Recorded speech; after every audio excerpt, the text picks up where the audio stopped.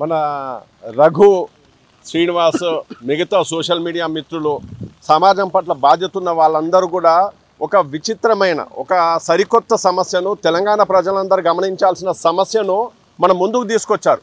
ఇందులోపల ఉన్నటువంటి ఒక విచిత్రమైన కోణం ఏంటంటే ఇక్కడ వెంచర్ చేస్తుంది కిచ్చెన్నగారి లక్ష్మారెడ్డి అని చెప్పి అధికార పార్టీకి చెందిన వ్యక్తి. వర్టెక్స్ అనేటతను ఆంధ్రాకు సంబంధించిన కంపెనీ. ఇక్కడ జరుగుతున్న దాని మీద అవకతవకల మీద గొంతెత్తి ప్రజల ముందుకు నిజాలను తీసుకొచ్చిన రఘు మీద వ్యతిరేకంగా వార్తలు ఎవరేస్తున్నారు? ప్రధాన ప్రతిపక్షమైనటువంటి భారత రాష్ట్ర సమితికి చెందినటువంటి టీ న్యూస్ చేస్తుంది. ఆ టీ న్యూస్కు ఎందుకంత అవసరం వస్తుంది? ఒకవేళ రూలింగ్ పార్టీకి అవసరం అనుకుంటే రూలింగ్ పార్టీకి ఇబ్బంది కలుగుతుంది, రూలింగ్ పార్టీకి ఇబ్బంది పెడుతుండు, హైడ్రాను ఇబ్బంది పెడుతున్నాడు అనుకున్నప్పుడు వాళ్ళందరూ కలిసి రూలింగ్ పార్టీ వాళ్ళు టార్గెట్ చేయాలి. కానీ విచిత్రంగా ప్రధాన ప్రతిపక్షము రఘును సపోర్ట్ చేయాలి. అట్లాంటి ప్రధాన ప్రతిపక్షం ఈరోజు రఘు మీద టార్గెట్ చేస్తూ వస్తుంది. రూలింగ్ పార్టీ సైలెంట్గా ఉంటుంది. రూలింగ్ పార్టీకి సంబంధించిన కాస్త సానుకూలంగా ఉండే మీడియా అందరూ కూడా సైలెంట్గా ఉంటారు.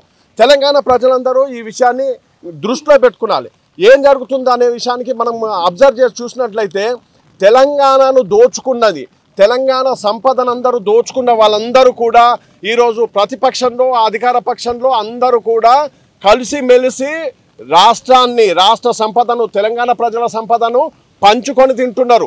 దొంగలు దోచుకొని ఊళ్ళను పంచుకున్నట్టుగా తెలంగాణను పంచుకొని తింటున్నారు.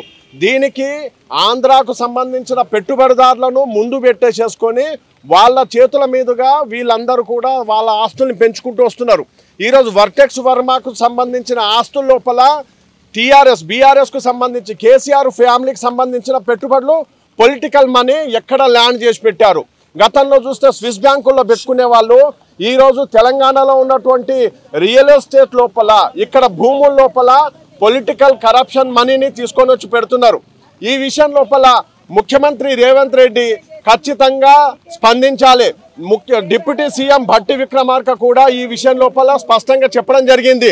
ఇక్కడ చెరువులు కబ్జాలు చేసి మరి చేస్తున్నారన్న తర్వాత వాళ్లకు పర్మిషన్లు ఇవ్వడానికి వచ్చిన వాళ్ళ మీద ఖచ్చితంగా ఏసీబీ దాడులు చేయాలి. అలాగే విజిలెన్స్ అండ్ ఎన్ఫోర్స్మెంట్కు సంబంధించిన ఎంక్వైరీలు జరిపించాల్సి ఉంటుంది. అదే సందర్భం లోపల తెలంగాణ ప్రజలకు ఇక్కడ ఈ వెంచర్లలో ప్లాట్లు కొనే వాళ్లకు ఒక హెచ్చరిక చెప్పబోతున్నాం. ప్రకృతి ఈ పాలకుల కంటే ప్రధాన ప్రతిపక్షం కంటే పొలిటీషియన్స్ కంటే ప్రకృతి చాలా పవర్ఫుల్.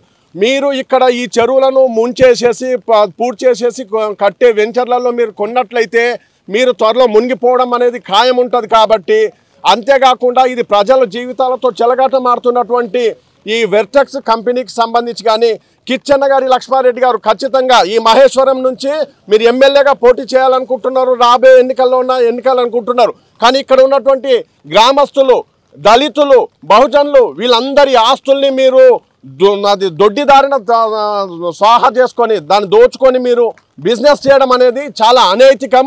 దీనికి సంబంధించి ఖచ్చితంగా రాబోయే రోజుల్లో మీరు కూడా మూల్యం చెల్లించుకోవాల్సి ఉంటుంది. ఈ పాపం నుంచి మీరు పక్కకు జరగండి. అధికార పక్షంగా ఉన్నటువంటి ముఖ్యమంత్రి రేవంత్ రెడ్డి గారు, డిప్యూటీ సీఎం భట్టి విక్రమార్క గారు ఖచ్చితంగా ఈ సమస్య మీద దృష్టి పెట్టాల్సిన అవసరం ఉంది. కేసీఆర్ కుటుంబానికి సంబంధించిన అవినీతి సొమ్మంతా కూడా ఈ రియల్ ఎస్టేట్ కంపెనీలలో పెట్టారు. ఆ విషయానికి సంబంధించి వాళ్ళకి ఇబ్బంది కలుగుతుంది. వాళ్ళ దోచుకున్న సొమ్మంతా కూడా రెట్టింపు కాకుండా సోషల్ మీడియా తెలంగాణ చైతన్యవంతమైనటువంటి తెలంగాణ సమాజం కూడా ప్రశ్నిస్తున్న సందర్భం లోపల వాళ్ళ మీద దాడులకు తెగబడుతున్నారు. ఈరోజు టీ న్యూస్ అవినీతి అక్రమాల గురించి మాట్లాడే ఆ నైతిక అర్హత టీ న్యూస్కు లేదు. ఎందుకంటే ఒక రాజకీయ పార్టీ ఆఫీస్ లోపల బిజినెస్ కమర్షియల్ వ్యవహారాలు నడిపించడము చట్టరీత్యా విరుద్ధము. ఈ విషయం లోపల ముఖ్యమంత్రి రేవంత్ రెడ్డి గారు తక్షణమే టీఆర్ఎస్కు ఇచ్చినటువంటి తెలంగాణ భవన్కి ఇచ్చినటువంటి ఆ భూమిని రద్దు చేసేసి ఖచ్చితంగా ప్రభుత్వం స్వాధీనం చేసుకునాలి. అక్కడ లేదంటే అక్కడ నుంచి టీ న్యూస్ను తొలగించాలి. అక్కడ ఎటువంటి వ్యాపార కార్యకలాపాలు జరపడానికి వీల్లేదు.